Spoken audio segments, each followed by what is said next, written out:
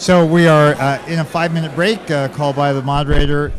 In a sense, it's giving people a chance to catch a breath there before we dive in, literally dive into probably one of the most contentious issues, if not the most, to hit town meeting in quite a few years.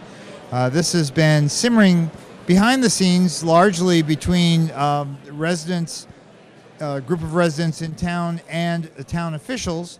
The issue is that when the sewer system was installed, some houses are too low lying to have their sewage just drain away by gravity. So those houses, about 525 of them, were installed with what are called grinder pumps. They basically take the sewage, grind it up, and also push it uphill so that it can be added to the rest of the stream. When those grinder pumps were installed, there was an understanding that the homeowners would bear the cost, although they didn't have to pay for them at the outset, that they would bear the cost of maintaining them. And that is the key issue. This collection of citizens have come forward. This is a citizen petition believing that they've been unfairly sort of discriminated against because they are going to have to maintain these grinder pumps basically forever. Now, the town has done an analysis suggesting, and I'm sure you'll hear that just shortly, that the cost to maintain these grinder pumps for the town might be as much as $125,000 per year, based on some analysis with the company that does the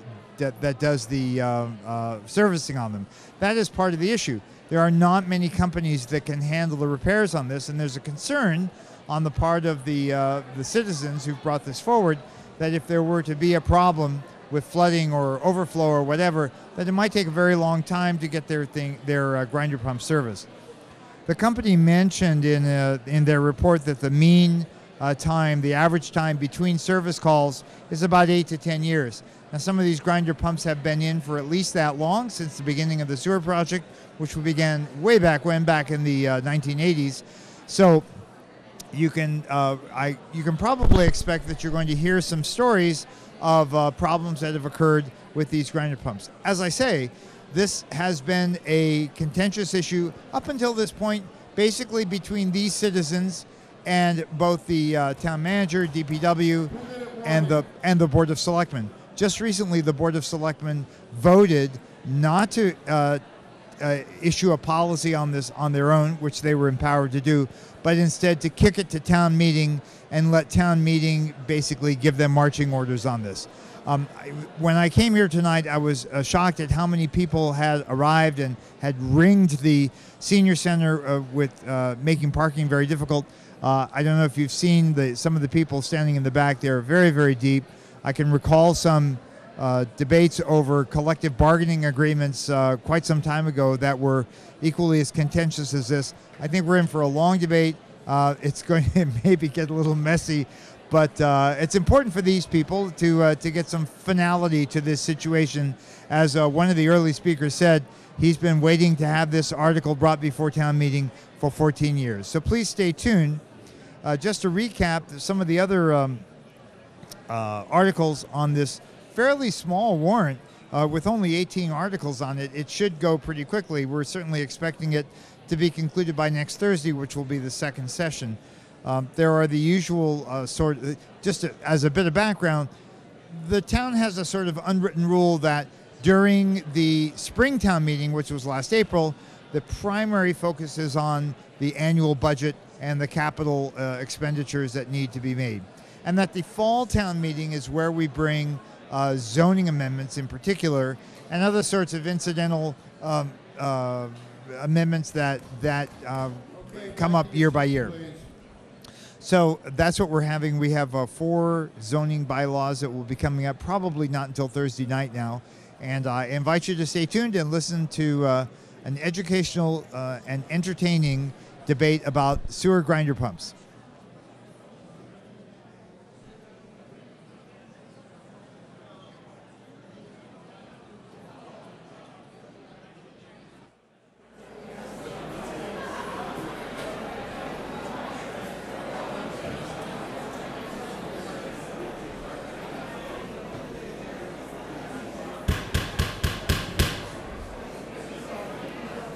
Okay, we're on Article 18.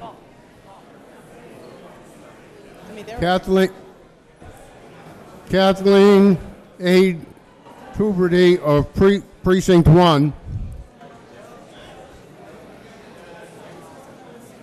is making a presentation for the citizens petition by Ellen M. DePasquale.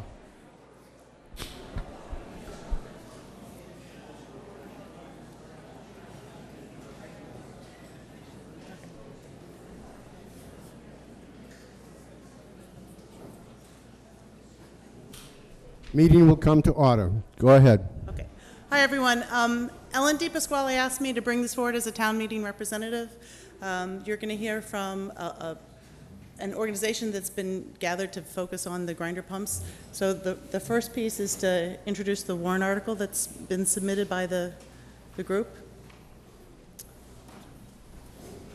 Ellen?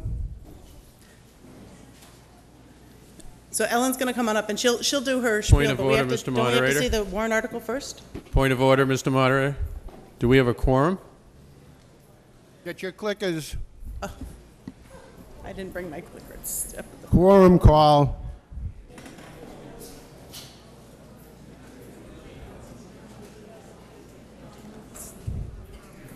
Okay, point your clickers and press 1 now. You don't have to be approved. As soon as we reach 82, we're done. My briefing is, my clickers are. We're done. We have over 82, which is a quorum. But you have to say Article 18. Go ahead. So again, it's my understanding that we have to present the article first before the presenter can present the. So Okay, but before you do that, I have a motion, standing motion by Chairman of the Board, Matt Hanson, to waive the reading. Okay, you're on.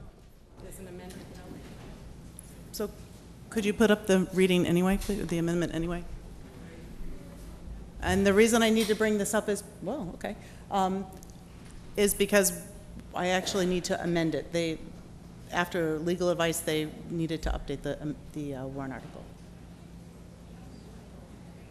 So on paragraph 3,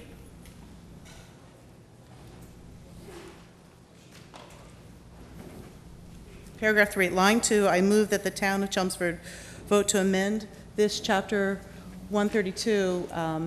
Again, this is para 3, line 2, and delete purchased and.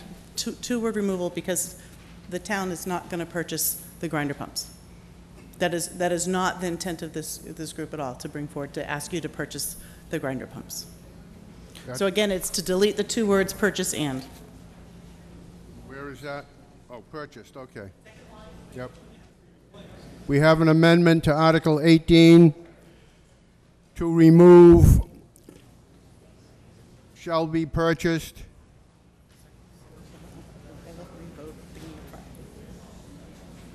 It's an amendment. Yep. Actually, I think the right way is you've got to discuss this motion, and when we get into the debate section, you've got to introduce the amendment then. Okay. Well, in that case, I introduce you to Ellen DePasquale, and she can speak to their position.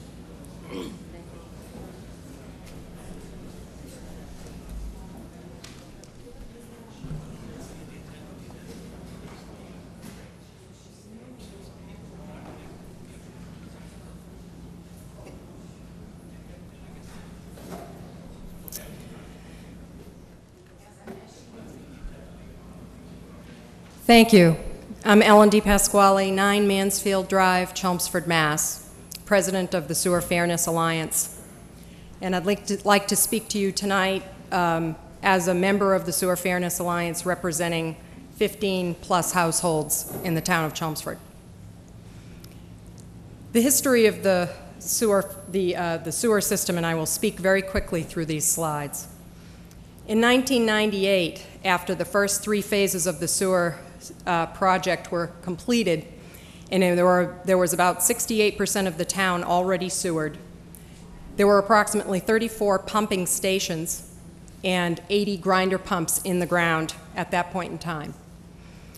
with a total grinder pump estimation at project completion of approximately 200 pumps. At that time, the documents show that the town estimated the maintenance cost to residents was going to be about $3 per household. On the advice of town council, the motion, you can make the motion with the following change, okay? You can do that. We don't have to go through this reading. You say, I move the following article with the following change. That's your motion. That now becomes the original motion. So you can do that. But at that point, do I not get to speak? I move to approve Article 18 with the following, as written, with the following change. The words are, I move to move Article 18 with the following Amendment. change. Okay.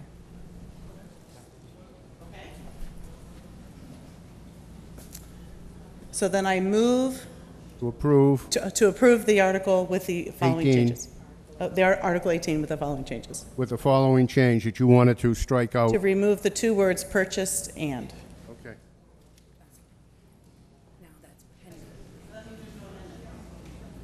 So the words purchase and in the second line of paragraph 3 are removed, and there's no vote on this. That's now the original motion. Thank you, Kathy.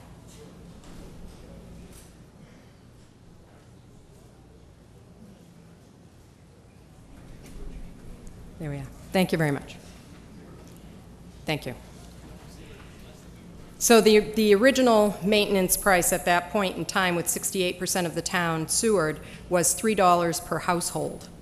But at that time, the Sewer Commission was low on funds to complete the project, and the town had made a decision to sewer the rest of the town. So there was a transfer of costs that occurred. The next phase was from 1998 to 2010. During that time, only 8 pumping stations were added and nearly 500 grinder pumps. You can switch.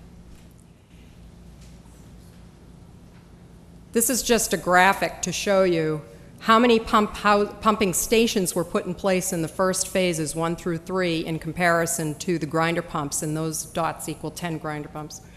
And in phase 4, which was from 1999 to 2012, only 32% of the town at that point. And as you can see, very, very few pumping stations, and the majority were pump houses. You can switch. To explain a little bit, gravity-fed systems flow down to a pumping station, which were those houses that you just saw. The pumping station is a large grinding facility that costs about estimated $500,000. The fact that the gravity feed goes to that resident, that gravity feed resident, doesn't have to pay anything additional other than the sewer fee that they pay for their water to flow to the pumping station. So instead of pumping stations, the town didn't put in any more pumping, or only 8 more pumping stations. They installed grinder pumps. So the town saved $500,000 per however many pumping stations would have been put in had they continued to sewer the town at the same level that they had previously. Okay? So this choice was made, and many have heard the term topography, and indeed, there are homes in town that needed a grinder pump due to topography. However, this measure, as you could see by the previous slide and the graphic there, it was not a topography issue to transition the cost of grinder pumps onto 500 plus more homeowners. The long-term savings to the town was not only the cost of the pumps that didn't get installed, but the cost that the town would have maintained on those pumping stations, benefiting any gravity feed or any sewer holder that went into them. Okay? Since the pumping stations weren't built, something had to grind that up, and those were the pumping grinder pumps that went onto the back of the homes. Okay. Maintenance cost to the sewer was shifted to residents. The existing pumping station cost is shared by all town residents. We all pay for the pumping stations in our sewer bill. But the grinder pump resident has to pay for the installation of their grinder pump, electrical panels to be added to their home, plus any maintenance and repairs and replacement of the grinder pump. So grinder pump residents currently pay more for an inferior sewer service. Next slide, please. The SFA had done quite a bit of research for a year. We've been working on this since last fall. And the information that we gathered, we added up and we came up with some figures. And when we met with the town earlier this year, we received some more figures through Paul and through F.R. Mahoney, and our numbers were very close.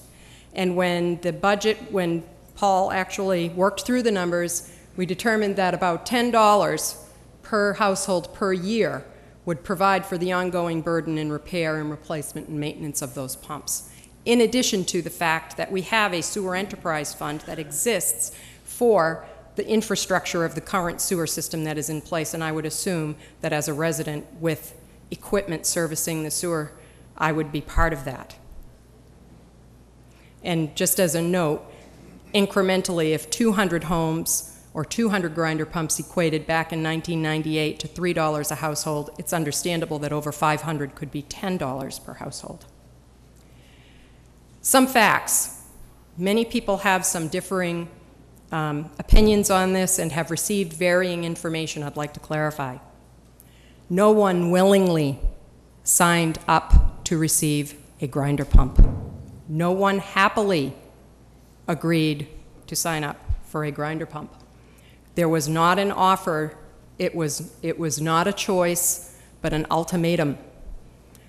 Town mandated the connection under duress.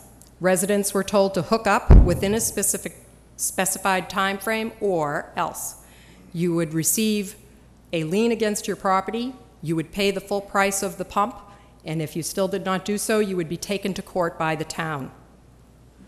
Residents hooked up in fear. The septic systems, which worked so perfectly on our homes, were mandated to be destroyed. And the 6 households brave enough to, and these may not have been grinder pump owners, but the 6 households who refused the mandate were sued by the town and had to pay the town's legal fees. There are over 550, I believe, homes now with grinder pumps. There are also over 1,000 individual condo units impacted with grinder pump costs. But let's be clear, there are less than 575 overall pumps in total to handle the homes and condos. Each of those condo units does not have a grinder pump. So to be clear, you're hearing large numbers which may be scaring you. There are not 1,000 additional grinder pumps. Okay, those units are supported by a slightly larger pump. There's not a liability for the town to come and fix your grinder pump.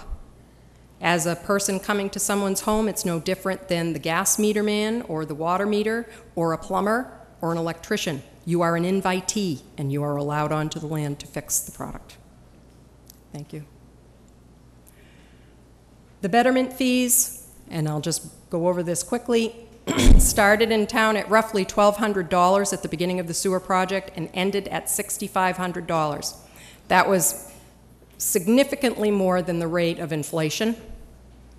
And there was no graduated scale, no set requirements. All phases had arbitrary differences. Some residents were given complete rebates, some residents given free installation, some residents given a discount on the betterment, and some got nothing. Any payment provided was to keep angry, disenfranchised residents quiet, and considering the costs, they were paltry when you consider the costs that have been incurred by residents. Fairness. Grinder pump residents paid extra for electrical needs, pump installation, and ongoing costs. Grinder pumps require electricity to run. When the power goes out, the pumps stop working. The sewage seeps over the edge onto your yard and into your basement if it is not emptied. A 6,500 watt generator can run the grinder pump, another cost. minimum of $1,200+ to receive the appropriate wattage to handle the grinder pump. Elderly and disabled or infirm residents can't handle the management of a manual grinder pump and hauling the gas out or pulling the pump out or pulling the rope to get it going. They would need something more. If the grinder pump breaks, the sewage leaks again, and the generator can't help. When that happens, right now, FR Mahoney is the only authorized vendor who comes from Rockland, Mass. They have a monopoly on any warranted pumps, and they charge $150 up front before they will come to your home. That fee is higher on weekends and holidays, plus parts and labor. When the pump doesn't work, facilities can't be used. We can't flush our toilets. We can't run water because any water that goes into the tank causes the overflow. So for however long the pump is out, we have no use of facilities in our home. No water. So we use our woods, okay, and this is a true statement. We use our woods, okay, or buckets, or porta potties, or camping toilets, or otherwise we have to go to a hotel, which most of us can't afford. I have a family of 7. I can't afford a hotel. You have to do that until the problem is fixed, and sometimes they can't come. Sometimes it's a couple of days, sometimes it's a week that we're out of power. Okay, the town can help and pump out the tank if it's just a power outage, but if it's broken, that's another issue. Insurance companies have noted that you cannot get a rider to cover grinder pumps. So when there is a backup into your home, it's your bill. Sorry. This doesn't happen to the gravity-fed household. Okay?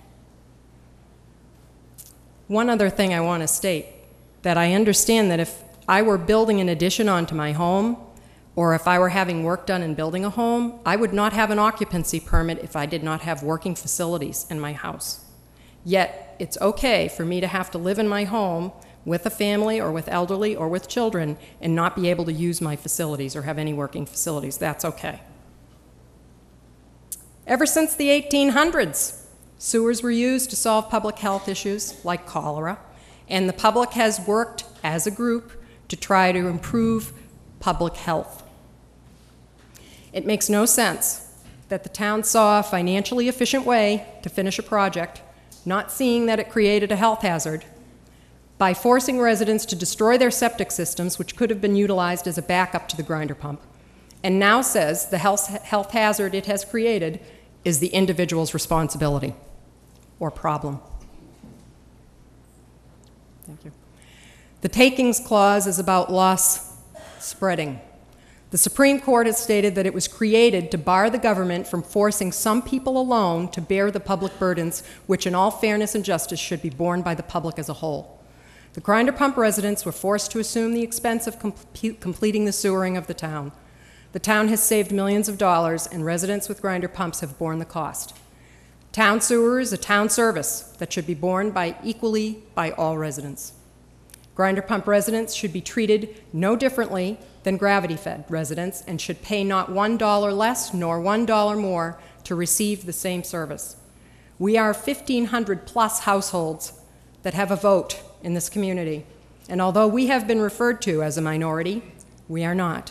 And as citizens of this town, we all deserve to be treated equally, and we ask that the town be responsible to do the right thing and approve warrant Article 18. Thank you for your time.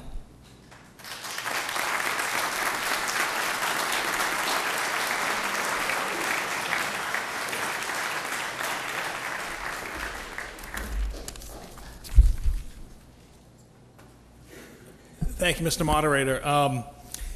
We've got some slides here on the town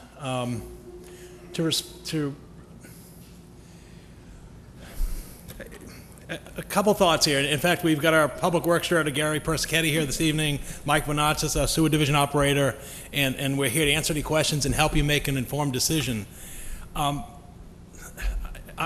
We've learned a lot of new information this evening, and perhaps that might be the outcome of this meeting, is perhaps that is to send this back to the Board of Selectmen for further consultation with the Sewer Fairness Alliance, because I know that and I know the selectmen, because I sit with them when they meet, this information hasn't been presented to the board, and I think perhaps the board, I think as they expressed at their last meeting, may wish to consult and consider this even some more. But I guess a few things come to mind, and I'll go into the presentation. The presentation started about the fact that there was a consideration back in 1998. In fact, that is the case, and I know there were some selectmen in the room who were sitting on the board in 98. This issue came before, it was on the warrant in town meeting in 1998, over 15 years ago, before much of the sewer project was completed. And I guess I'm just sort of astounded here this evening is why these concerns weren't brought before this body during this past 15-year period. Because, I mean, we all know the issues of the sewer commission. One thing I never heard the sewer commission criticized for was for being frugal. The project went, you know, if anything, let's be honest, they sort of didn't have a strong sense on the money they were spending, because I think they held steadfast on how to do that project, and they sort of did it right to the end, and we sat here and sort of tried to address the funding issues to complete it. But I don't think I ever heard until these recent few weeks that somehow the sewer commission sort of took a cheap route at the end and didn't fully fund the project. In fact, like I said, they sort of weren't mindful of the costs in terms of what the impact of that was. So this idea that they were low on funds back in 98, no, what happened in 98 was, and this is the part that astounds me, they used the word like the town as if we're a distinct entity that did something to people. It was the town meeting who funded these projects. It was the town meeting who passed a bylaw that said every single resident, we're going to commit to sewering the entire town, and to make that system efficient and effective, every single resident is going to be required to connect to that system. So therefore the finances work. And that's why the septic systems were destroyed.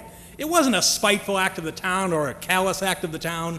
It was because this town chose to follow a path of 100% sewerage. And in fact, it's a decision that, as much as it cost us, and we see it on the debt schedule and everything else, it probably was one of the smartest things this community did for the residents. And there are other towns around us, from Tewksbury to Drake to everywhere else in Billerica, that are wishing their entire town was 100% sewered, and they haven't done it yet because they can't afford to do it. So that was the decision this town made, and it was the right decision because it wasn't the sense of giving everybody a choice. And why did the town do that back in 98 and make that commitment? Because of Title V. The changes to the state sanitary code would result in people whose systems failed would be spending tens of thousands of dollars to build mounded septic systems in order to make their homes inhabitable. And you can see those mounded septic systems. Just go to the town of Carlisle and look at some of the things that are in these people's yards. It was the things that you wanted to avoid here in Chelmsford, were these mounded systems, because of poor soil conditions and topography, that those systems the community wanted to avoid. Now again, I've only been here the last 7 years, and I saw this project come, you know, from 2007 to 2012 and 13 when this project was completed, and how that came. But in essence, again, it was the town who decided to do this project. This project was brought repeatedly to this body. It was seen in a funding mechanism way. What isn't in this presentation, and what wasn't discussed in detail, and which is why the selectmen unanimously support the opposition to this project, is because it's not only for the 525 single-family homes who have grinder pumps. Point of order. Yes. Mr. Moderator, point of order. Brian Latino, Precinct 4. Is Mr. Cohen the presenter? I'm kind of confused. I've never seen a presenter debated immediately following their presentation. Normally, we would go into question and answer for the presenter, which I believe was one of these two ladies here, not Mr. Cohen. Mr. Moderator, we were asked to present this, and rather than the town taking a silent position, would be to present the full force, and then that way people could ask the entire scope of the article. Mr. Moderator, this sounds like debate to this town meeting rep.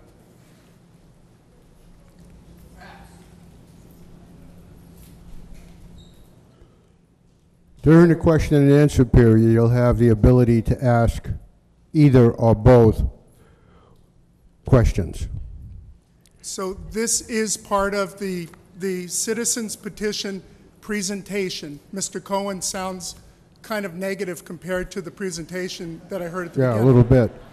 which typically is a debate. He should be using this microphone right here, Mr. Moderator. Mr. Moderator, Yep. when we have debate, it tends to neutralize the debate if someone in more power than this town meeting rep or those citizens back here get up to the front microphone and debate the issue. That's why we had two presenters. I'd like to ask presenters questions rather than the town, their opinion. It sounds very, it doesn't sound like a presentation, Mr. Moderator. It's a point well taken. I'm going to ask the manager to wait till we get into the debate section. We'll continue it. We're in a question and answer period.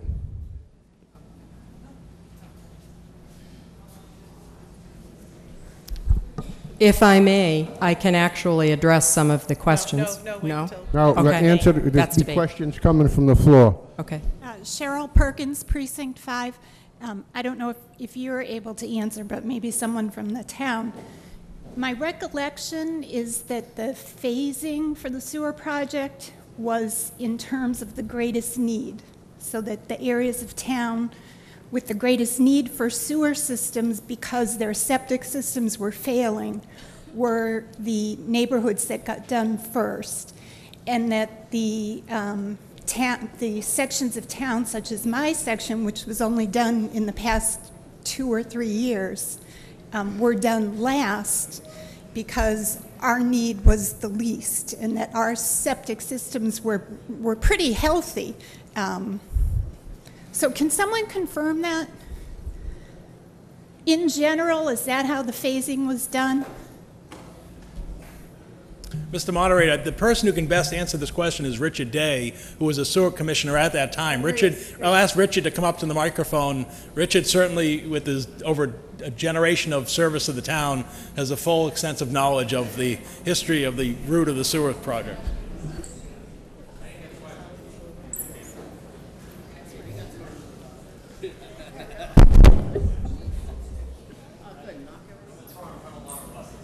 Did you hear the question, Richard? Okay, my question is regarding, in general, how the sewer project going way back was phased. Was it, in fact, this is my recollection, and I would like to have it confirmed.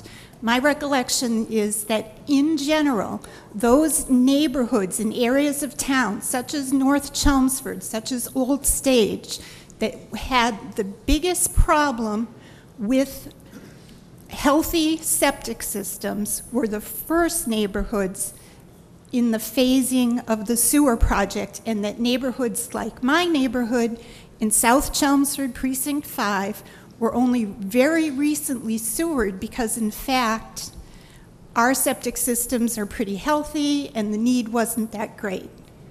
So I'm not questioning whether No. Again, yes. Bottom line is the state of Massachusetts, for a number of years, was citing the town for polluting the waterways of the Commonwealth, which means every brook, stream, and drain that was passing through the town, particularly in the more dense sections of town, which are the older sections of town, the half-acre, quarter-acre, 5,000, 10,000 square foot lots scenario, those septic systems, however they were installed, by what system, whatever, were not working properly, were polluting the surface water and groundwaters of the community, and therefore we were quasi-ordered to do a sewer project. We were very close to that day where we were going to be going to court and actually ordered by a judge to do it. The town stepped forward finally and said, yes, we're going to do it. That component of the data that was collected at that point in time basically said that roughly 60%, a little over 60% of the town needed to be sewer underneath this existing project. The remaining town at that particular time was going to remain on septic systems. The question then became, when we were going through the project, and I think the biggest triggering point was, as Town Manager Cohen mentioned, that in roughly 96, the state code, septic code changed, Title V changed, and that change significantly increased, for the protection of the environment and the water supplies and whatever, the requirements to repair and install a new septic system. And pretty simply, the increase in cost of what people were paying to replace their systems went up a minimum of 50%, in some cases 100% of what it used to be. Therefore, that remaining 30-some% of the town was kind of screaming to the town saying, what about us, what about us, what about us? An opportunity came along to the detriment of decision-making on Westford's part, that they didn't move forward through a process, and therefore that capacity that was supposed to go underneath the original treatment plant over in Lowell's splitting of flows was supposed to go to Westford. They didn't comply with what they were supposed to do, and in particular they didn't pay us for our piece of the puzzle that we sort of paid up front for them to potentially in the future tie into it. The capacity then got turned over to us.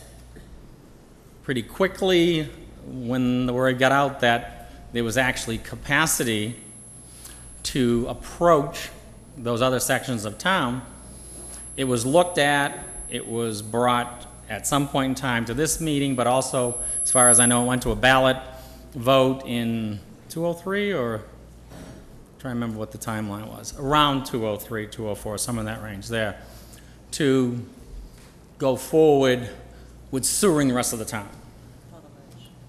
Okay? To sewer the rest of the town. Clearly, one of the issues was, you're right, the general piece of property that was to be sewered was a larger piece of property.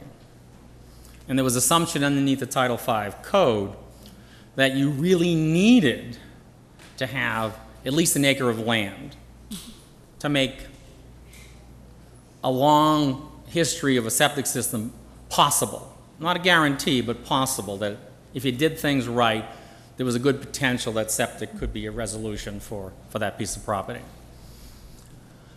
But the cost under this new code change was dramatically elevated. And clearly from the town meetings that we had and some of the sewer reports that came out, people were hearing the cost of the town to sewer a piece of property and the cost of a town potentially for the homeowner to replace that septic system. And the numbers, when they made that change, shifted. Before, it was potentially cheaper to repair your septic system than presumably to tie into sewer. It flip-flopped. Okay. And therefore it became more expensive. People wanted to tie in. They thought the others had the opportunity to tie in. We should have the opportunity to tie in. The vote was roughly 79, 19 or 20 or whatever the final numbers were as a vote. And then there was subsequent votes by this body that was in position at that time to vote to expand the funding of the sewer project. To get to that, one of the issues that of course we had was the fact that once we created what I call the baseline elevation of that main system, after 20 years of it, you can't lower the whole thing to then go further out. So it created some logistical issues to deal with pumping and pump stations and grinders and whatever. The other side of the coin is that because the rest of the town that was not in, quote unquote, the section of town that DEP and the other regulatory parties say, you must sewer them. This was a gray area, and you needed to show what the benefit was for it. Which, of course, the benefit wasn't as a high priority, as the other areas, and also compared to other towns at the time. So it was a competition for available funds. And it was a difficult thing to stay high on the priority list to get certain amounts of money back, or a good higher percentage of money back. And clearly, you just look at the whole project, the funding from the state, federal level just went like this and continue. And particularly when we got into the new areas beyond the original project, it went down to, well, not nothing, but seems like pretty close to nothing. And is that why the betterment fees were Yes, so astronomically absolutely. higher? Absolutely. Okay. I mean, we had an issue where, and again, I'm generalizing, don't take this as specifics. It was sort of like, well, here's the sewer project, and how's it being paid for? A third, this is when it started, a third was sort of taxes. Equal to everybody. Basic premise there was, it's going to protect everybody's water supply. So no matter where you lived in town, if we sewered around where our water supply was, even if you were somewhere else, the water that was being piped to you was protected, and it wasn't going to get contaminated by failing septic systems or whatever. The other third was this state and federal funding scenario. And the other third was the betterment payment. Well, the obvious issue was, what's the best probability of changing some things? As the state and federal funding went down, where can we get the extra money? Going back to the taxpayer is going to be a pretty rough thing. And in fact, I think the parties that were around at the time were very pleased with that vote. To think that 80% of those that voted that day voted in favor of expanding the project, while 50% of those people already had their sewer and could have very easily only thought of themselves and said, hey, I got mine, I don't need to pay for anybody else's. We're not required to do it. There's no court sitting there saying to us, if you don't do it, we're going to bring you to court. But the people of this town made that decision and made that move. So you're right, the betterments went up. Now, of course, the other piece of the puzzle is that because you were in acre lots, let's say, as a general statement, acre lots, how many more feet of pipe do you have to run from one house to another house to another house compared to a Westlands, where every 50 to 75 feet you're picking up two houses? So that increased those costs and whatever. So the issue is your septic systems, because of your capacity to have bigger lots and whatever, had more potential if you wanted to spend the money. And I guess that's the real key. The repair cost when I started working here in 1980, okay, may have been $6,000, $7,000. The last few that I did before the sewer project started to take over the predominance of what was going on, we were getting to the $15,000 to $20,000 range. And that's clearly where things are now.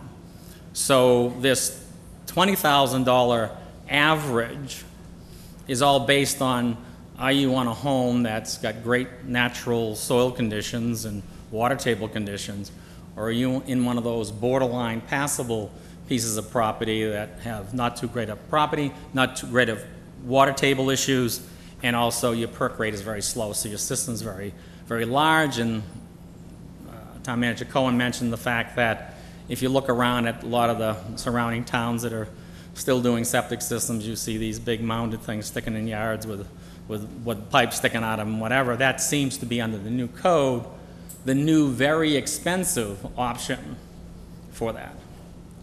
So, yes.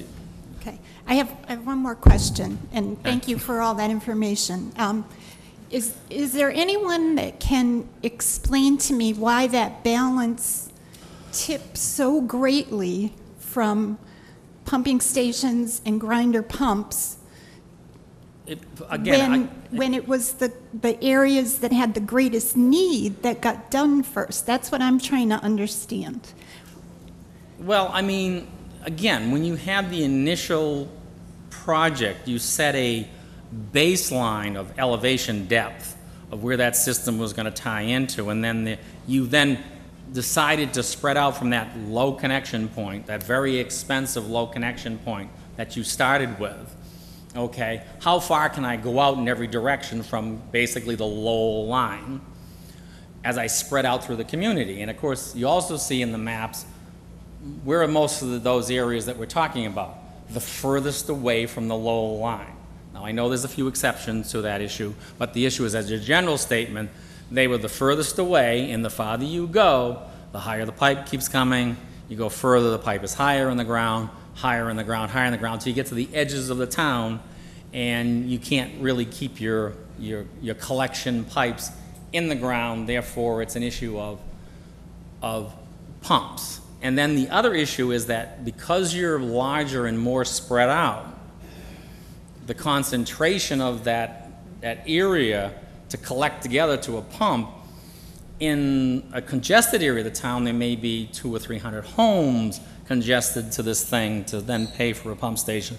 While over here, because of some geographical issues where you're trapped here and there's a large wetland on the other side, there's 8 or 9 houses trapped here and 5 or 6 is trapped over there. So you sit there and go, how do we put in a large collective, municipal pump station for blank number of houses? So you had a lot of variability. Again, there's some on one side and there's some on the other side in regards to numbers.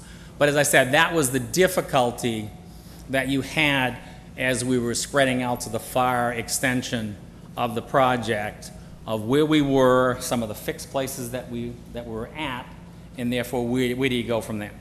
Okay, thank you. Okay, thank you. Don't go too far.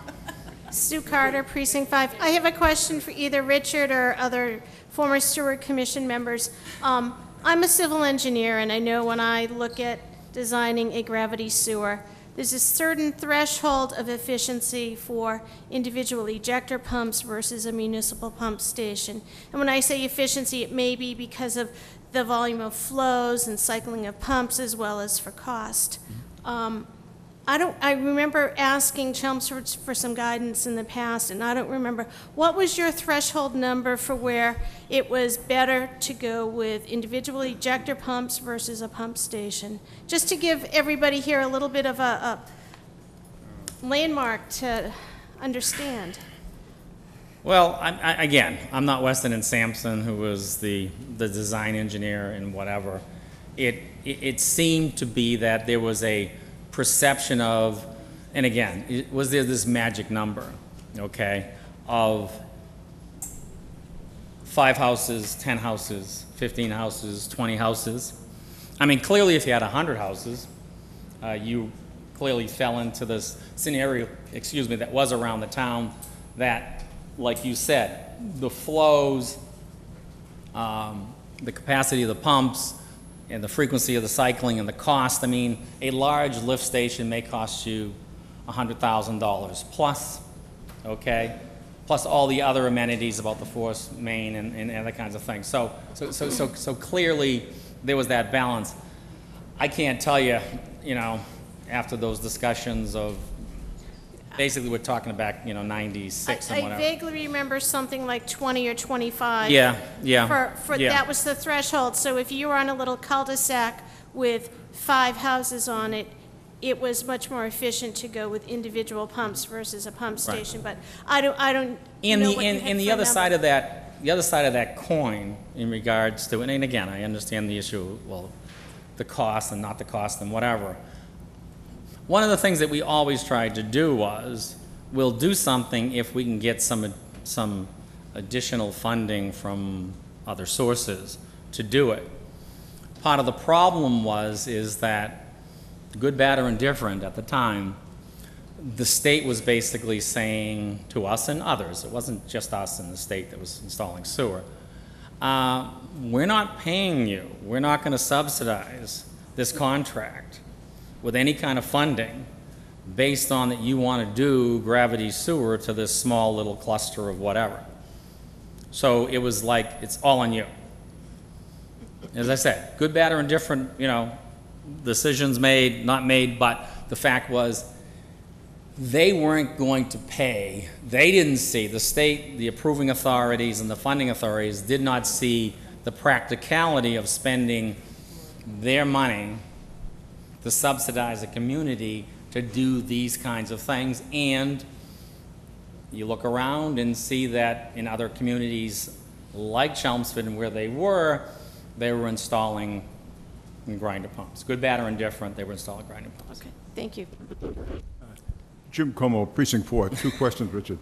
Okay. The pump stations, are they actually grinder pump stations or are they just pumping stations? No, I mean, bottom line is every pump Is a needs grinder to pump? be able, right, needs to be able to move liquids and solids. Solids, okay. So I mean, there was an older system, but they decided that the technologies of today. There used to be an older system that only pumped effluent out into the street, into the sewer, and all your solids stayed on property, and you kept your septic system, you kept your tank component of your septic system, and you had to continue to pump and maintain and break down the solids and whatever because the solids were not going out. That kind of floated around just for a very short period of time, and they just basically said, nah. Can't do it. So the grinder became the option. Next question is the monopoly that this company has on the grinder pumps and the repairs. Who signed an agreement with this company that they have the monopoly and they're the only ones that we have to deal with, these folks have to deal with? Well, the obvious issue is, you know, can any community control the market? Fairly simply, we decided to try to, in the attempt to balance things, and that attempt to balance thing, of course, was the issue of if you tied a sewer, we're going to give you a $3,000 E1, and again, I'm just rounding the numbers off, a $3,000 E1 pump for $1. So underneath the contract of construction, we're buying blank number of grinder pumps at a cost of whatever the number was, high 2000s kind of thing. But how did we get into a place where we're really dealing with one company that has a monopoly and we have to buy all the parts from them? And they're the only ones that can service these machines? It seems a little shady there. Well, no, I mean, we can't control. It's not that there was just one company out there that creates pumps. Yeah, but right now, all these folks have to deal with one company. The business setting said, no, I don't want to do this business. I don't want to do this anymore. I'm not going to compete. I'm not going to compete, whatever. I mean, no community can control it. I mean, the only, if you want to call it advantage or disadvantage, the disadvantage is that they seem to be the only, again, on warranty, of course they're the only ones in town. Yeah. I mean, in the warranty component of things, whoever the warranty is through, and they're going to have a total thing to do any repairs or replacements under warranty because that's what you paid for. Okay, so when after the warranty periods are over, is there any other pump entities out there that want to compete, if you want to call it that, with an E1 pump company, quote unquote, FR Mahoney? Do they want to compete with them? I mean, the other side of that coin is that if the town made a decision, which they could have, we're not going to. We don't want any kind of standardization. It's potentially, and again, back then, it's your problem. I don't care what you put in. You can jerry-rig anything you want up. That'll pump it from over here to over there. You know, you can use an old washing machine pump if you want. I don't care. No, the town didn't do that. The town set some minimum specs on that piece of equipment to sort of be the standard at that particular point in time. How long is the warranty on those pumps? They varied I think 5 years was, again, it was all about, you can buy, like on a refrigerator, you can buy, Yeah. you know. No, I was saying 2 years, Right. so. So say it's I'm 2 saying that years, after 3 2 years, whatever. Excuse me, with all due respect. Okay, one more. Why can't we break this monopoly? That's what I'm saying, that why should we have to pay this company after 2 Again, years? if the town wants to go shopping for searching to find some qualified, I mean, I'm not saying pumps are the most complicated thing in the world. Yeah. To find some technicians that would like to, go in contract with the parties in town to be the guy that can fix and replace parts and pumps and whatever, then could they do that? Anybody could. How practical or not practical is, I don't know. I don't know. Okay, thank you. Next. Wait, hang on, Ellen also would like to answer some of those questions. Go ahead. I think she wants We have spoken to a variety of servicing groups, and some actually service other pumps in the town, and they can service outside of the warranty, but they still have to go through F.R. Mahoney to get the parts for the E1 pumps. The warranties were only 2 years, and we had many failures as soon as the warranty was up. Thank you. Next. Jerry Lowe, Precinct 9. I'm just a little confused or don't understand the septic tank issue in terms of being ordered to dismantle them. I don't understand why that happened. State. Bottom line is that when you abandon a septic system because you're being required to tie to the sewer, which as mentioned, all parties approved it as a bylaw and whatever, okay? So if you abandon a septic system and go to a sewer system anywhere in Massachusetts, you must totally abandon the system, including the septic tank, yes. Okay. I'd like to say something to that. We had also requested at that point in time, as did other neighborhoods when their phases went through, that we get a different grinder pump that had a tank that could have a better capacity to handle any overflow from a tank, and we were told we could only get the one tank. We asked if we could keep our septics available as an overflow for an emergency situation, and we were told, no, you get the one size tank, one size fits all. Thank you. Well, again, as I said, state regs dictate that if you abandon that system, there's nothing out there that says, but if you get a grinder pump and the grinder pump capacity of storage is 30 gallons, 40 gallons, 50 gallons, whatever the number is, depending on the model of pump, that you can then also, there's nothing in the code that we were going to be going by that would sit there and say, you can do this to do that. So. Karen DiDonato, Precinct 8. I have a couple of questions. I'd like to get a handle on costs. I take issue with the fact that town meeting voted this and town meeting voted that. We can only do so much with the information provided. In hindsight, okay, maybe we should have looked at this, but we need to make a decision now going forward. What are the costs for replacing the grinder pumps? And also, how can you speak to, or Paul probably needs to speak to this, how the entire sewer is funded right now and going forward in the town, what it covers, it must cover the pumping stations, et cetera. So I want to get a feel for how much money is there, what gets brought in, what the costs are, and what the costs of doing the grinder pumps would be.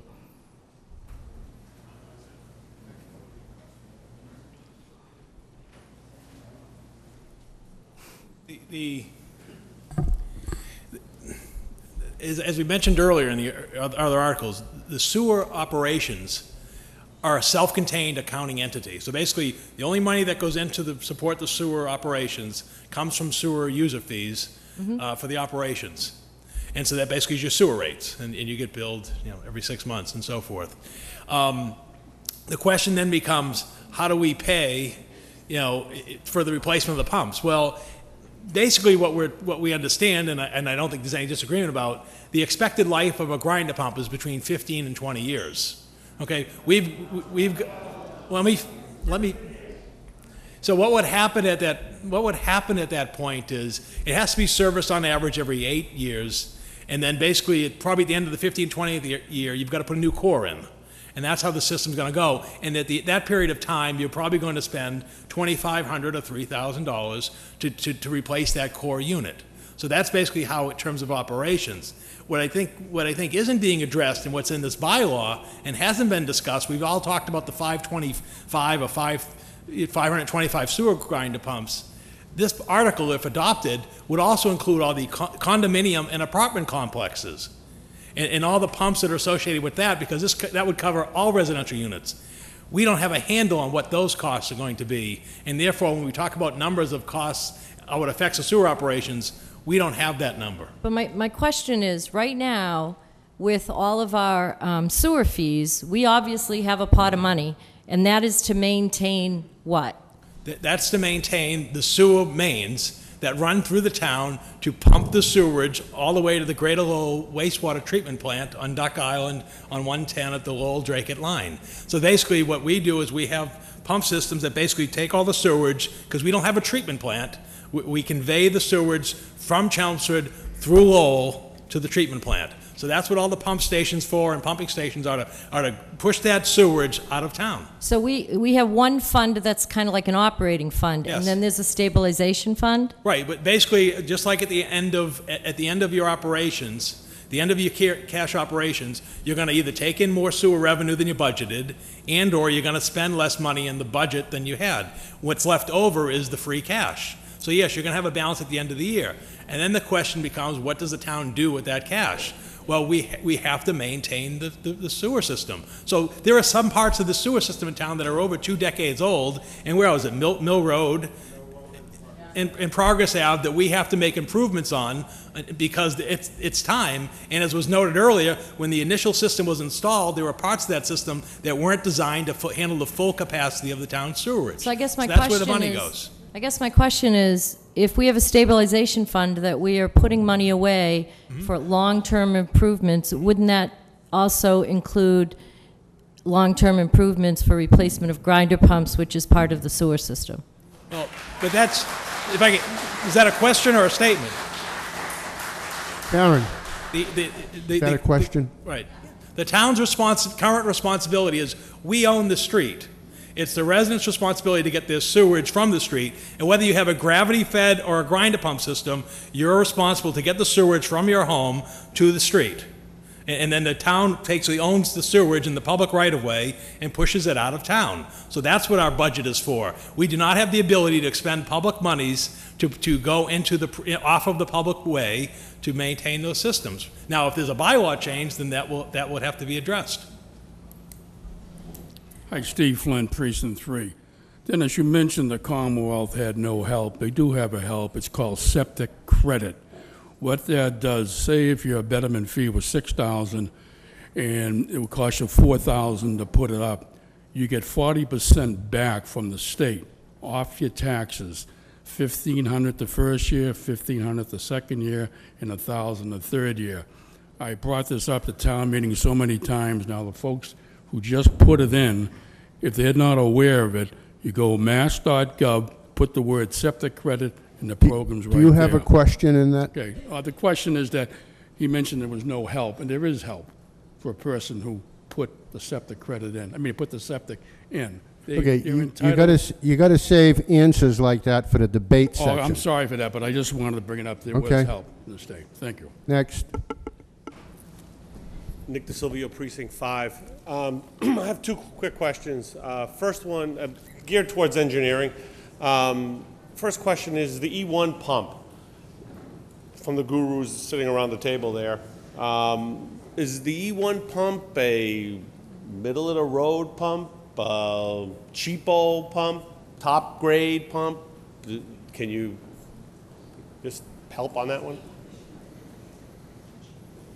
I think in checking with other communities around the state, E1 seems to be one of the most popular pumps that are installed. That's not the question that I asked. And I know.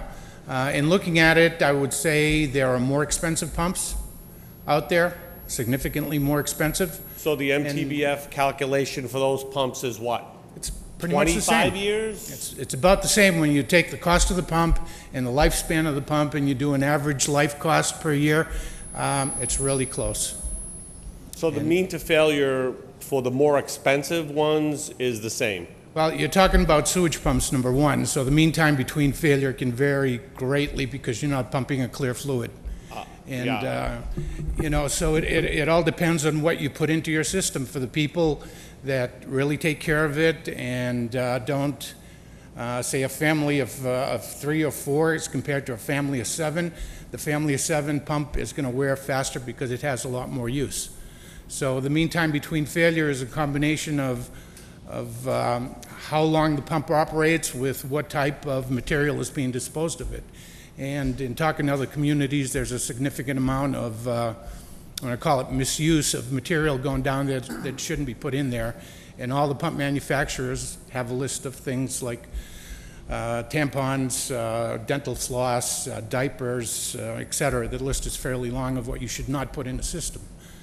And so it all depends. It's a varying amount. But I would say after doing all the calculations, it's pretty similar with whatever pump you put in there as far as maintenance goes. But what's the cost difference? In what? Between the, you know, the middle of the road pump, this E1 pump, and the expensive pump. What's the cost difference? I've never priced all the different ones. I know the E1 pump roughly is around $3,000, give or take. And the more expensive pump? They can go up to $4,000 or $5,000. In other words, there's options with bigger holding tanks, which can get you up to the $15,000 range if you decide to go with a much larger holding tank. Installation costs are significantly higher. You know, it's a balancing act. It's you try to get the most for your, you know, the most bang for your buck. So there was an economic decision that was made at some point to say we're going to go with this type of pump because it was cheaper.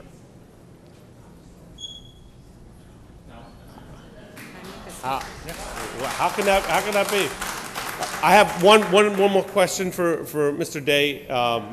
The question is what's the threshold to determine to put a town-controlled pump in a location? In other words, the number of homes. What's that threshold? Is it 5, 10? Well, we already 20? talked about it. Well, I didn't. What was the number of? Well, again, the answer is when we get to about 20 homes, there seemed to be that. And again, Weston and Sampson kind of set that criteria. But the fact is, if it's 100 homes, definitely goes to a town pump. If it's 5, it's definitely a grinder pump. And in the 20 range seems to be where it diverts off either one direction or the other. And when was the last time there was an engineering review of this process? Was that back in 2003 or? No. Earlier than that? No. I mean, Weston and Sampson as an engineer was with us until 2011.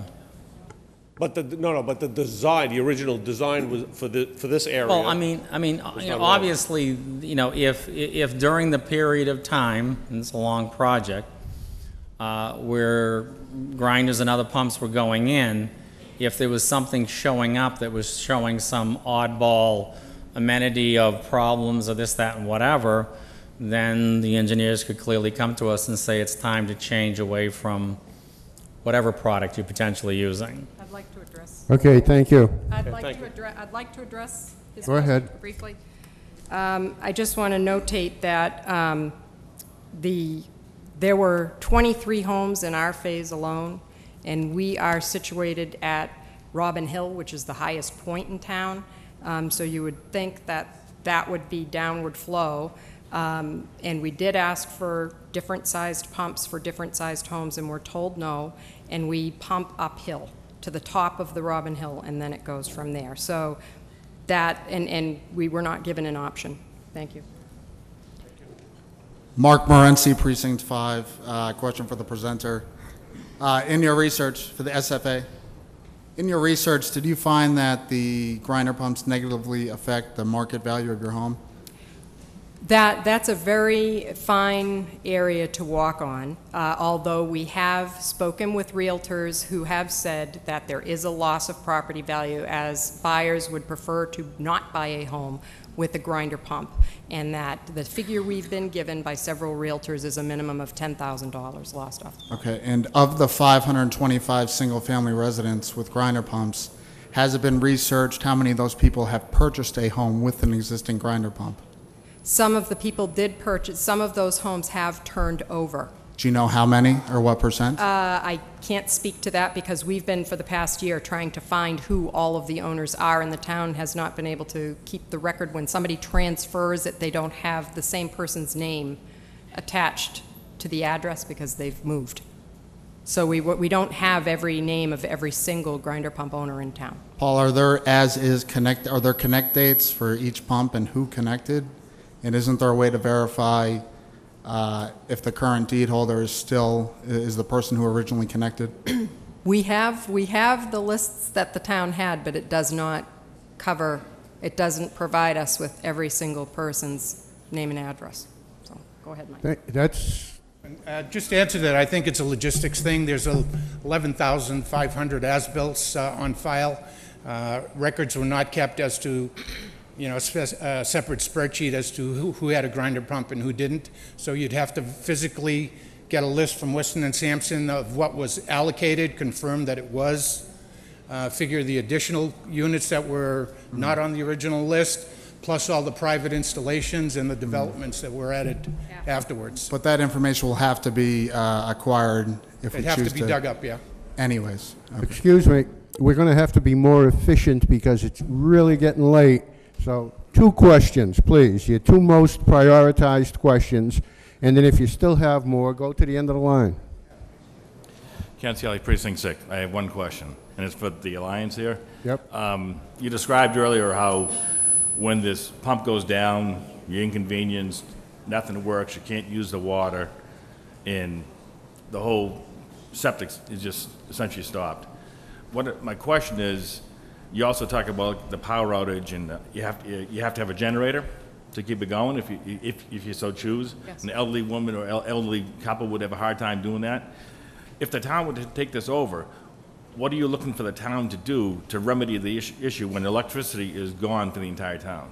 There are a couple of different solutions that we've had discussions on, and primarily the town currently offers a service they have three generator trucks that can come out and empty your tank. And when there is an emergency, they come and empty your tank. However, many households need that done in less than a 24-hour period. And in a state of emergency, if there were a widespread power outage, there are not enough trucks to get to all the homes that would have the generator down. And that was part of the issue. The secondary piece is that we had talked about having a list of organizations that would be able to come and provide that service. Same as when we connected to the sewer system, the town provided a list of qualified vendors who could install your sewer, connect you to the sewer, or install your grinder pump. That we were provided a list by the town. It would be similar where there could be a list of organizations that we could, the town would condone that could be used to assist in that circumstance. Okay. All right. Thank you. Thank you. Next. Ed Selesky, Precinct 5, for Mr. Day, please. Thank you, as you get up, thank you for the history because I think it helps provide a context. When it was determined that the 40% or whatever it was of the outlying parts of town were going to be sewered, right, and you wrestled with the logistics of the engineering design and the fact that downhill flow wasn't always going to work, was there an actual thought process as to whether, for those outliers, myself happening to be one, whether those folks were going to have to then bear the cost of pumping, separate and distinct from the rest of the town whose pumping was being handled with the downflow? Yeah, there was. Basically, there was a decision on the table that basically said to us, option 1, we expand, but anybody that needs a pump, nope, we're not tying you to sewer. See you later. Stay in your septic system. That's just the way it is. Second option is, do we supply them with a connection to the sewer? And yes, all these other factors came in of what percentage of that last section was quote-unquote gravity, what percentage was whatever. And it was debated over what I call what might be better than, okay? And the better than would be, are you better off on a septic system forever with the potential of every 20, 25 years, or in some kind of range, depending on what kind of soil conditions you're in, of replacing that septic system every so many, at such and such a price. And let's say it's $20,000 to $30,000. And what it would be in the future, can't tell you. But let's just say that'd be the price today to replace the septic system. So you're looking at a homeowner and sitting there saying, in the long run, this sewer system is going to say to you, no, we're not going to do you.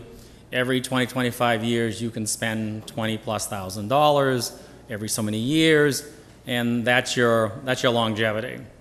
Or do we offer them another option? And that other option was the grinder pump. And the grinder pump option, and I understand, and I'm not going to get into the specific costs of this, that, and whatever, but the grinder pump option was basically to you, the homeowner, we don't give you sewer.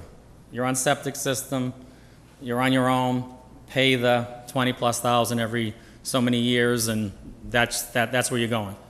Or do we give you a sewer connection with a grinder, and your cost every 20, 25 years is, and again, we can argue what the real number is, $5,000, $6,000 every 20 years between replacement of cores and all these other pieces. Let's say that that's a number that if you put it together for that lifespan, so every 25 years you're spending $5,000 or $6,000, while if you stay on your septic system, you may be spending $20,000 or more. So it was like, well, trying to deliver something to the people. I get what you're saying. So Okay. I just want to understand. The commission made a decision at that point in time that those folks were going to have to go to grinders, and it would be the responsibility of the homeowner to fund that. And as I said, we thought that was a better middle option than no option at all. Okay, thank you. Thank you. Kathy Duffett, Precinct 7. Thank you to all the presenters for the information. My question relates to something that was just brought up about they have the ongoing operational fund, and that in one area, I think you mentioned the Mill Road area is going to need some revitalization because it's 20 years plus. I hate to throw this wrench in, but when you go back to those areas that are 20 years over and you're doing the normal upgrades, at that time, is there a way to evaluate if there are people within that area that have grinder pumps? Could some of that situation be mitigated?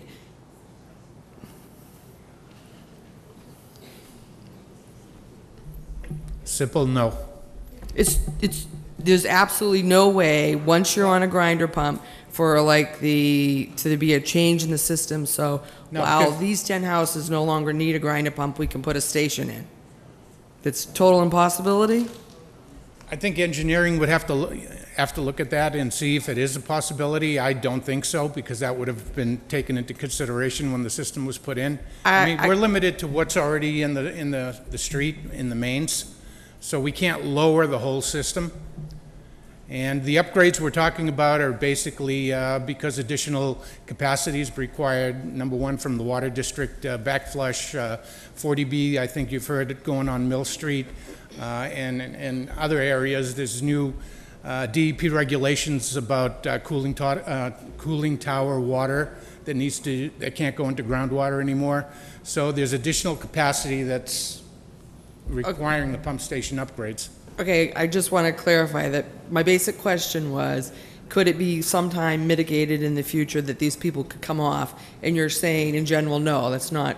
I don't know anything about these type of things, so that's why I'm asking. No, so they are just, they have it, and now someone's going to pay for it. Okay.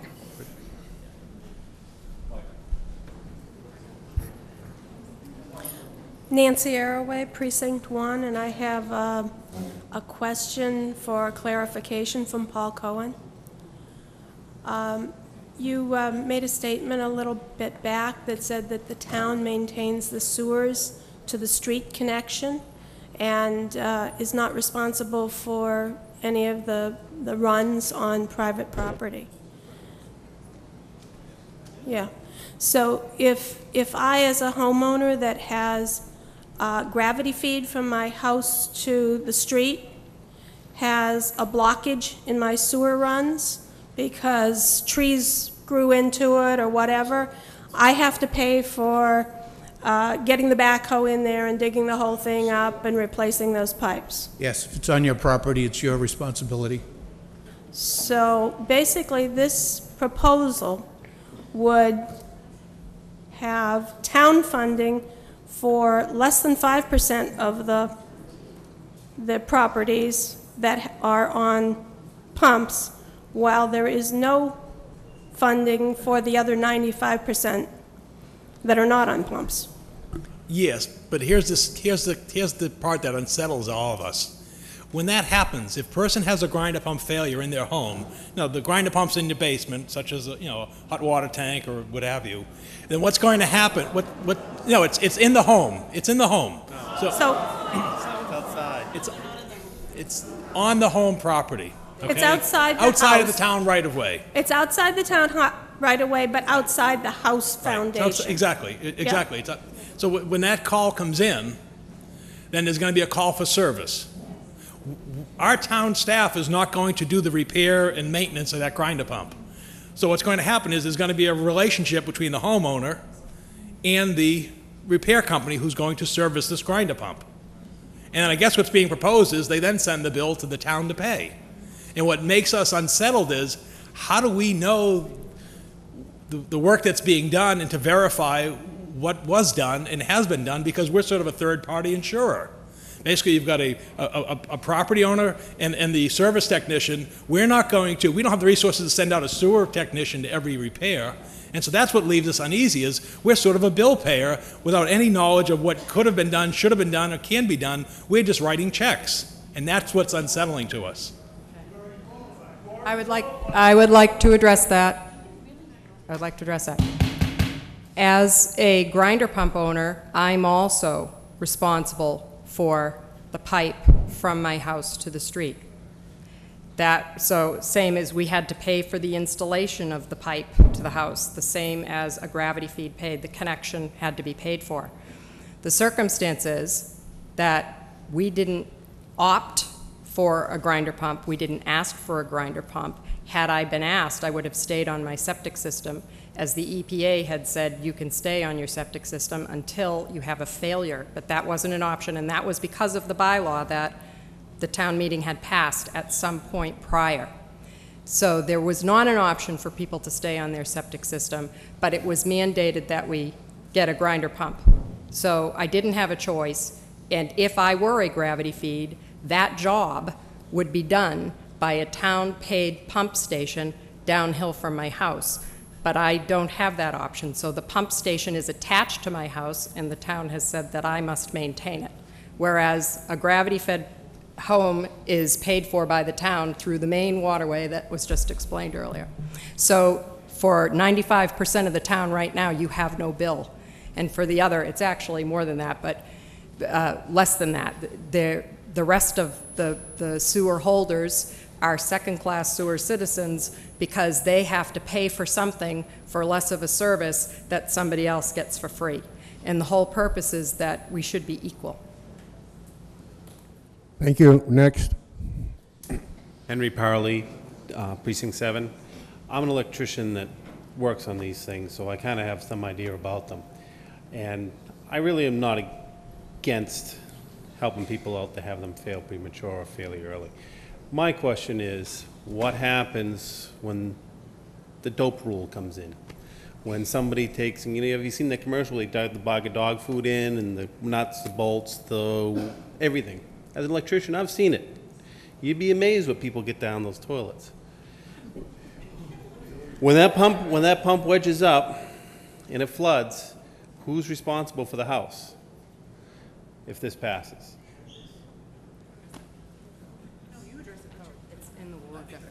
The town. If the town assumes responsibility, we're going to own it. And I think it's going to create some liability concerns that perhaps town council can speak to in terms of claims that could come against the town if we're responsible for the maintenance.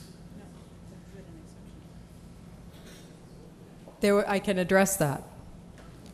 I can address that. Oh, he's... Town council has a question before her. Mr. Moderator, although the exact extent of liability is not entirely clear, there's certainly the possibility that claims could be brought against the town for anything that resulted from a backup, a break, faulty maintenance, good maintenance, but a breakdown in the pump itself, flooding or other damage to interiors, perhaps property damage on the property from people entering the property to fix the pumps. It's certainly a risk whenever the town enters private property, and that would be the same case here. So Henry, actually I do want to point out at the very end of the article, there's a section of should not be introduced, and it says specifically that the property owner is responsible for any and all costs to repair and or replace a grinder pump as a result of improper disposal of materials into the sewer system. And it lists certain things, like metal, glass, diapers, etc. Yeah. However, just as a point, as a gravity-fed homeowner, you don't bear the same burden of if something happens to go down your drain. Next. Glenn Thorne, Precinct 5. I just want to make sure I heard the answer to the last question correctly. If you put nuts and bolts are a good example. If you put nuts and bolts down the toilet and the pump fails, you would not expect the town to pay for any of that. Is that correct? In my conversations with other DPW directors and superintendents in other towns, the answer is yes. People do expect the town to pay for it and refuse to pay bills if the town backbills them for any misuse issues. So it does happen. It is a position where the town has to file a lien against the property if the money's not recovered from abuse situations or misuse situations. So just a quick follow-up question to the petitioners here, just to make sure that we're all clear on this, that if there is something that you do that goes down the toilet that damages your pump, that's not, I guess I'd call it normal usage, then you would not expect the town to pay for any of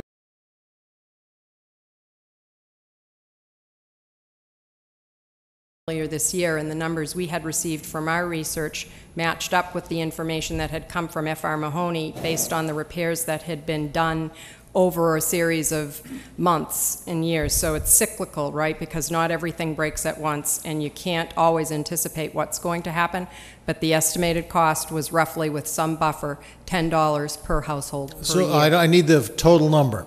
So if it's 10 something per household, the total amount that the town, you're looking for from the town is 10 times what?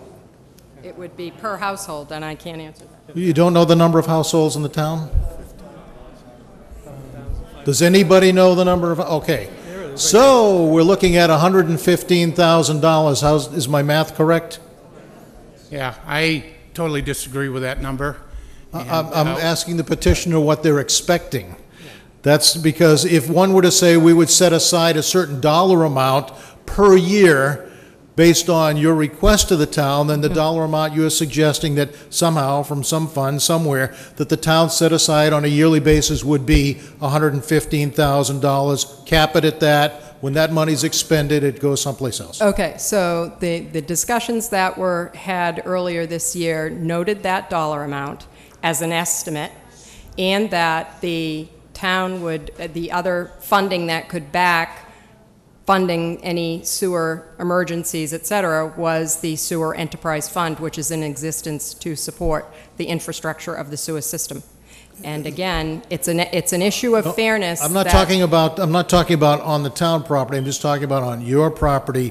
For all the people with grinder pumps, it's $115,000 a year. I need the bottom line. I'm sorry. I'm telling you that what we asked for is fair treatment, and for that, the burden be shared by every household of $10 per year, which is a number the town came up with, and it's an estimate, and if there were other costs, we understood that it would be handled by the Sewer Enterprise Fund, as that is a finance pool in existence to handle sewer equipment and infrastructure of the town. Of the town, but not of your house. If we own a sewer system that feeds the town, we are part of the town. And that is the whole issue here, that we're not being treated as if we are a part of the town. We're being treated as some outlying group. So there really is no known dollar amount. It could be $500,000 or it could be anything, right? I just say that a pump costs $4,000 to replace, and many of us have had failures that doesn't last 20 years, as we were told. We've had multiple failures, but we're bearing that cost and have been since 1988. So we don't really have a number. Thank you. Excuse me, Town Council would like to add to her previous comments? Thank you, Mr. Moderator. I just also wanted to point out two other things. One is that the other potential for liability is with respect to health implications from breakages, failures, et cetera, and also to point out that even if a bylaw says that there shall be no responsibility for the matters listed, it doesn't mean that people can't bring suit against the town, and there are costs associated with that, even if the town were to be successful. Thank you. Mr. Moderator, Bob Joyce, Precinct 1, and I'm a former sewer commissioner as well. I note that the time is getting late, and I've never been a big defender of the manager, but I think it's important that everybody in here know the numbers, and I think that the manager is the only one that can give us the numbers. I went to a selectmen's meeting where it was well above $115,000 per year. Yeah, where's the question? Can we let the town manager proceed with the numbers so we can make a decision?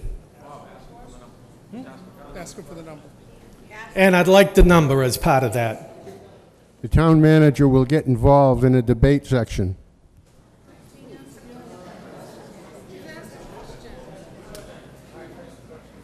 He asked the question. Do you have his numbers? As Alan spoke of earlier, we had agreement on the number, the range of the number.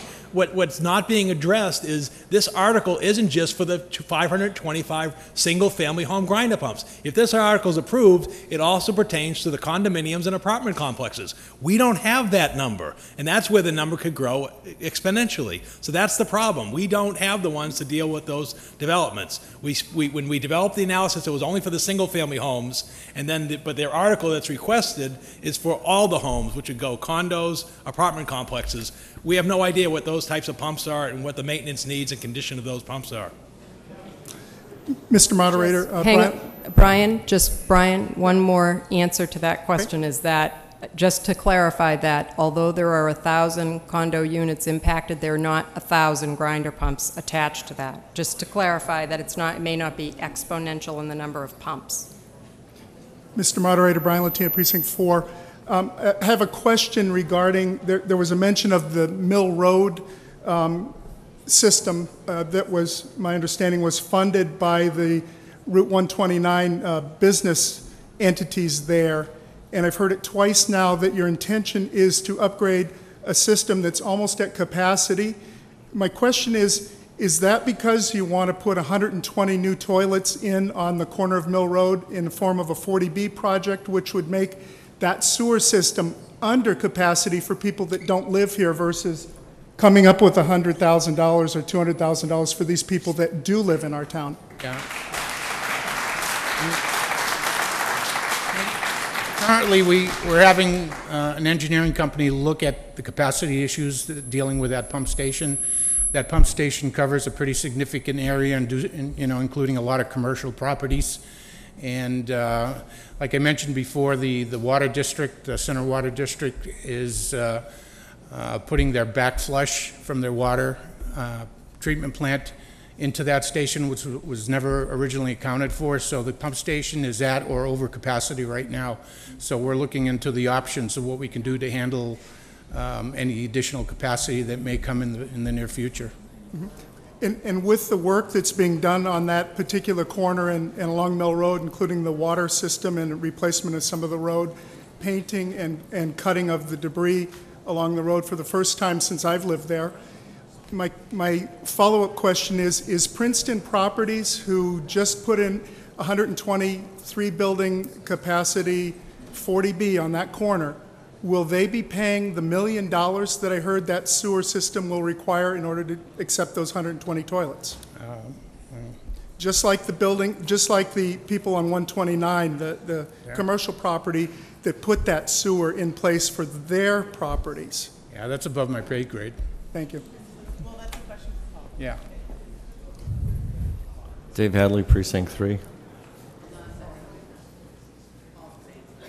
The bottom line is, first of all, we're talking about a project that hasn't even been permitted, okay? But the bottom line is we have to do this Mill Road project regardless of what happens to the affordable housing application for 120 units. Clearly, you know, this project is on the books. It is not tied to what's being proposed to the Board of Appeals. But I think the question then became is that if the project is approved, then we'd have to look at what the capacity is for the area. But this project has been on the planning stages well before there was any application or consideration of an affordable housing project.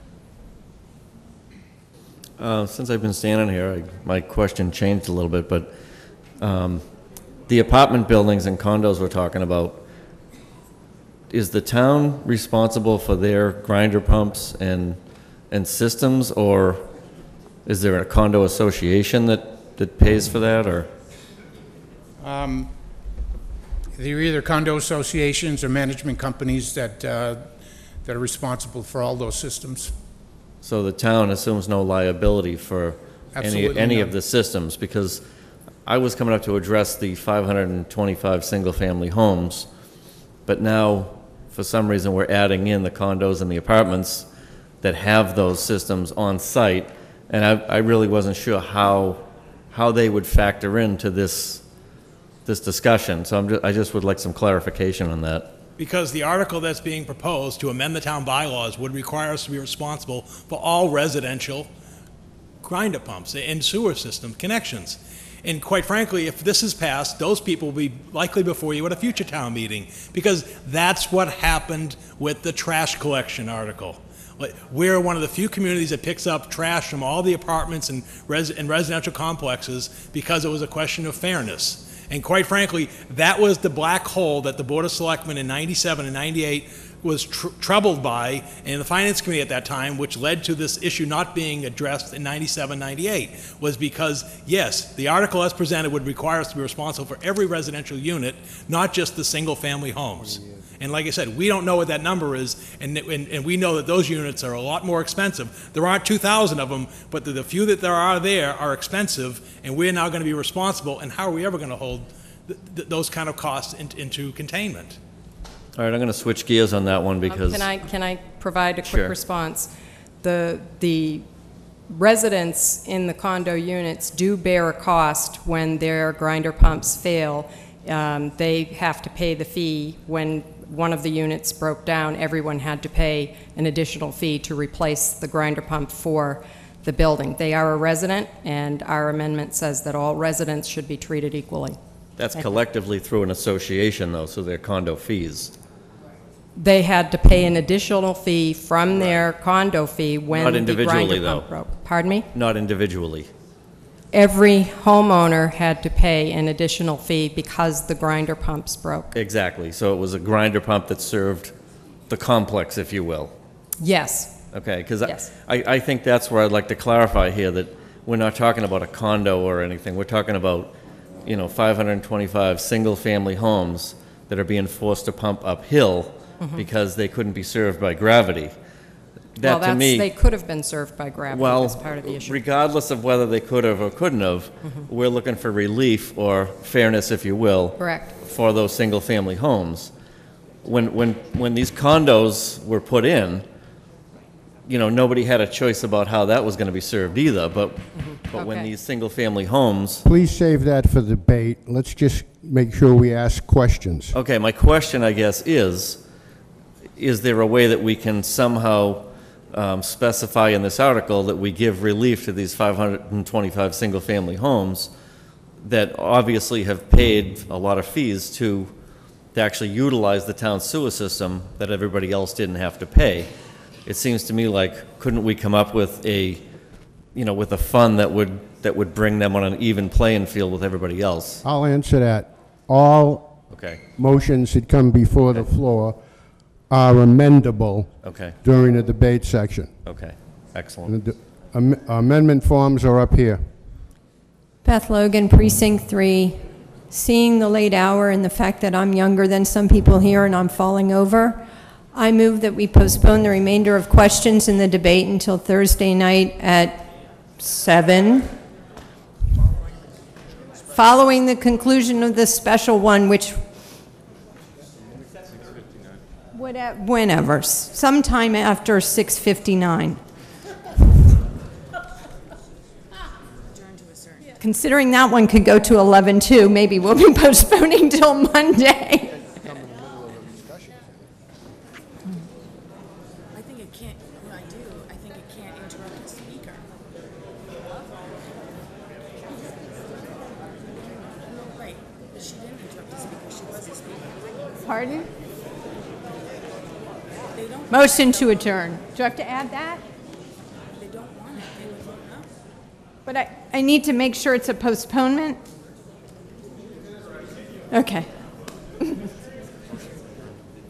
You're requesting an adjournment to a certain time? Yes, please. I really am tired. And postpone the vote and the remainder of the questions and discussion. Mr. Speaker, point of information, please. One of the questions we had in setting this up was just making sure that by moving to adjourn, we're not limiting or stopping the debate of this article.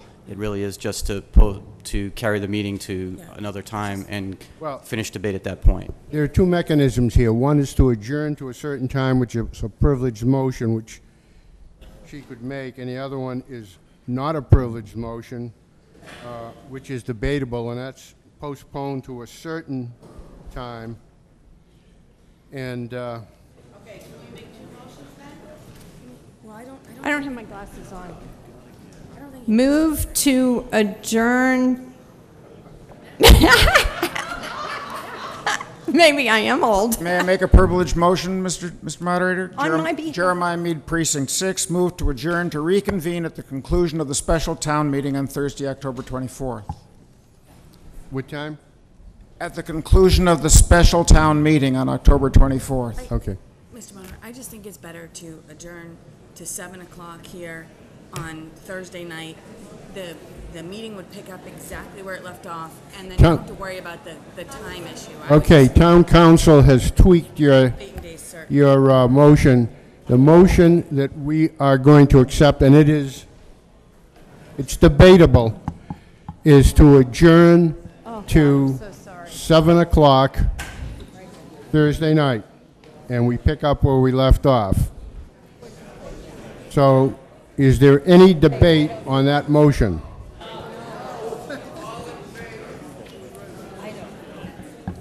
Okay, hearing no debate.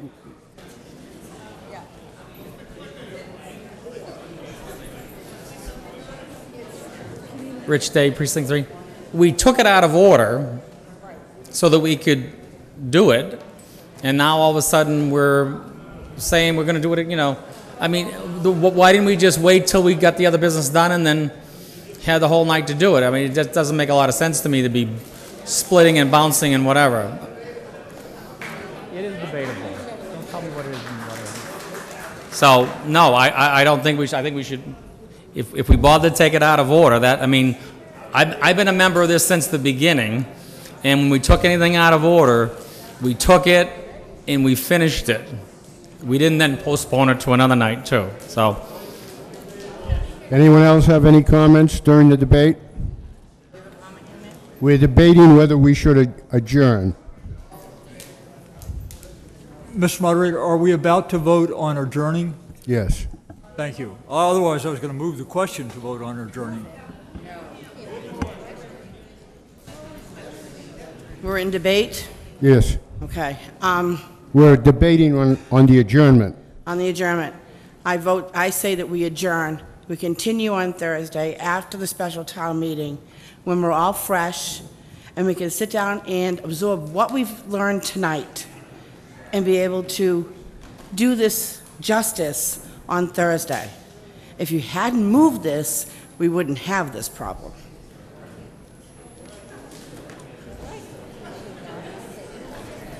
Any more comments during debate? Okay, here we go.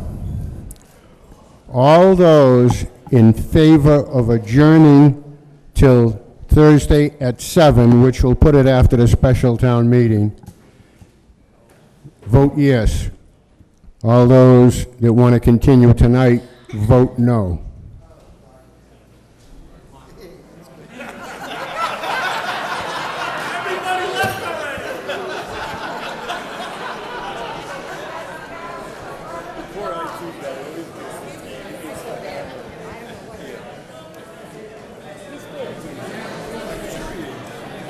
Okay, let's do a hand vote. All those that want to adjourn.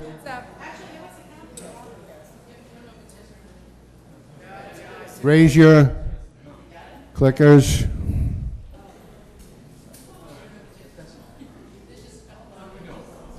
All those that want to continue, raise your clickers. Meeting is adjourned till 7 o'clock on Thursday. We have a special town meeting at 6:59. Do not forget that.